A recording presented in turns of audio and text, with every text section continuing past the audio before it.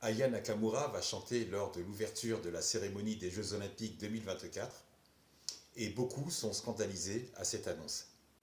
Certains prétendent qu'il aurait fallu un ou une artiste plus représentative aux yeux des Français pour chanter du Édith Piaf.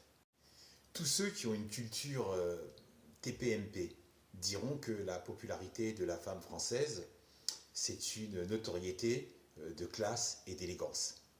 Aya Nakamura peut paraître hautaine parce qu'elle est sûre d'elle et qu'elle s'assume, qu'elle s'accepte, et c'est ce qui agace ceux qui lui crachent dessus.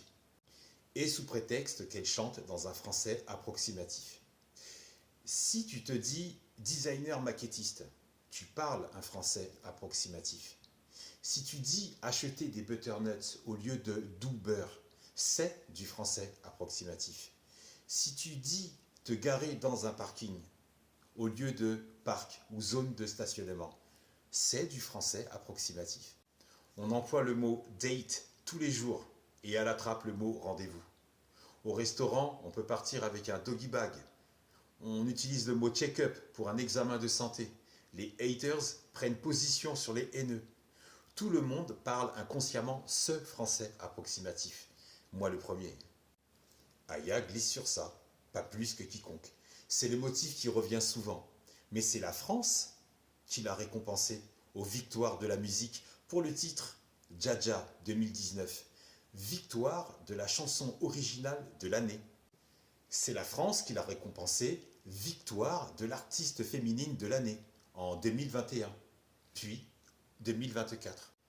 Energy Music Award de la chanson francophone de l'année en 2021, puis encore en 2024, Aya Nakamura.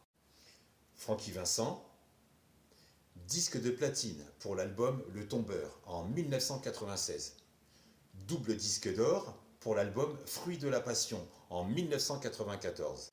Donc Francky Vincent a dit qu'il pouvait chanter à la place d'Aya Nakamura parce qu'il prétend avoir une voix de crooner et qu'il peut chanter du Édith Piaf en faisant des fautes dès les premières phrases. A noter que Francky Vincent confond les artistes à des voitures, qu'il considère que les artistes sont des bagnoles et non pas des êtres humains.